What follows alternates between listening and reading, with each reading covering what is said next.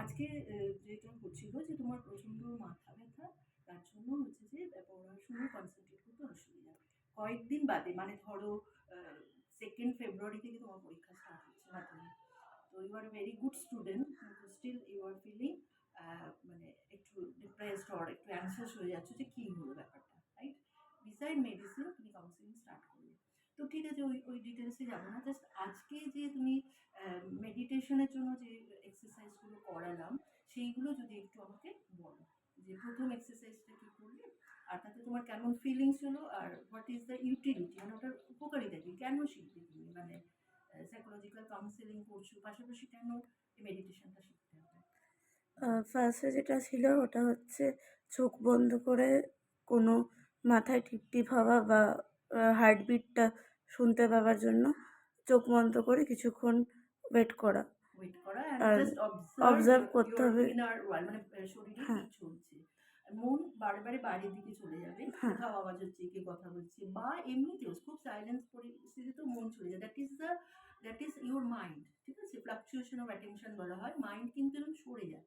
Your task is to bring your mind in to your body, মানে যে টাস্কটা তুমি নিয়েছো, তুমি মেডিটেশনে বসার সময় ঠিক করেছো যে আমি ক্লোজ, আমার চোখ বন্ধ করে আমি জাস্ট অবজার্ভ করবো আমার কোথায়, আমার শরীরে কোথায় একটু একটু কি সেন্সেশন হচ্ছে। সেই সেন্সেশনের সময় প্রথম তোমার মনে হলো একটু হাতের এগুলো একটু মানে হ্যাঁ, হলো, আমি তোমায় বলছিলাম যখনই সেন্সেশন ফিল করো আমায় বলতে থাকবে। হ্যাঁ, অ্যান্ড দেন ইউ ফিল যে, আমি তারপর বললাম আর একটু ভেতরে দেখো, তখন তোমার তুমি বুঝতে পারলে যে মাথায়। মাথাটা টিপ টিপ করছে। তারপরে কি হলো তো বলো? কিছুক্ষণ ওইটার মানে অবজার্ভ অ্যাটেনশন দিলে, অবজার্ভ দিলে।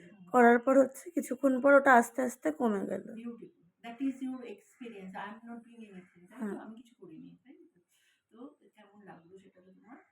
বেশ ভালো মনে হলো, মানে একটু রিল্যাক্স লাগলো। Very good. এটাকে বাড়িতে কি করে প্র্যাকটিস করবে, বা তোমার জীবনে কি কাজে লাগবে এক্ষুনি, তোমার যে সমস্যা পড়াশোনার ক্ষেত্রে? হ্যাঁ, বাড়িতে অন্য কোথাও যদি হট করে কোনো একটা কাজ করছি, ওখান থেকে যদি মনটা এদিক ওদিক চলে যায়, তো আবার ওই কাজেই মনটা ফিরিয়ে আনতে হবে।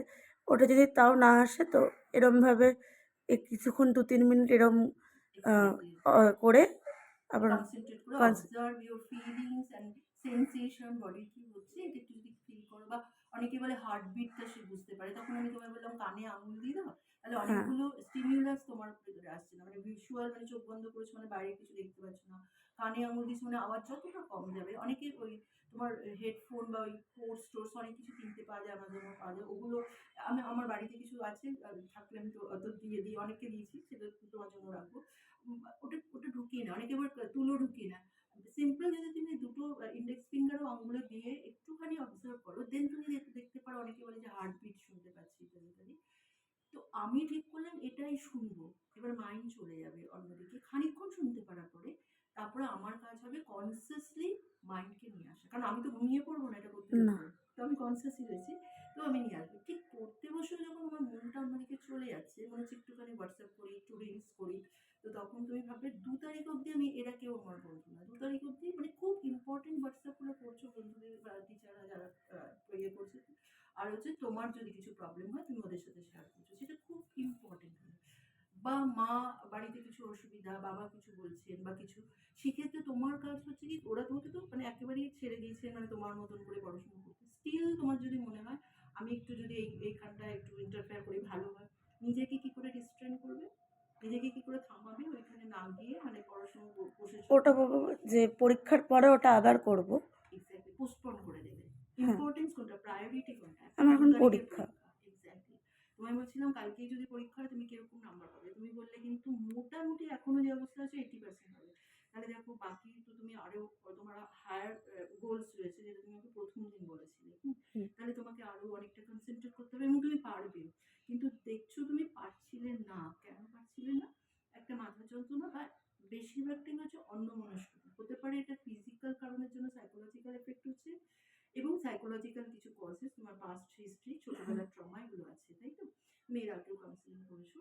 তো সেইখান থেকে আমি এটা বলতে চাই, এখন ওগুলো সব ছেড়ে রাখো, কোনটা থেকে কোনটা হচ্ছে, এখন মোটামুটি নিজেকে সুস্থ রেখে পড়াশোনায় কনসেন্ট্রেট করে পরীক্ষাটা দিলাম। হ্যাঁ। তারপরে যে কাউন্সিলিংটা আবার তুমি করবে, তখন কয়েকটা সেশন হয়তো করতে হবে, তখন আমরা আবার এই জটগুলো খুলে দেবো যাতে করে ভবিষ্যতে অসুবিধা না হয়। তাহলে বাড়ি থেকে কি করছো, 1 নম্বর হচ্ছে ব্রিদিং এক্সারসাইজটা করছো, নাক দিয়ে নিচ্ছ, হোল্ড উম, করছো অ্যাজ লং অ্যাজ পসিবল। মুখ দিয়ে ছাড়ছে। এক্স্যাক্টলি, এবং খুব স্লোলি, আমি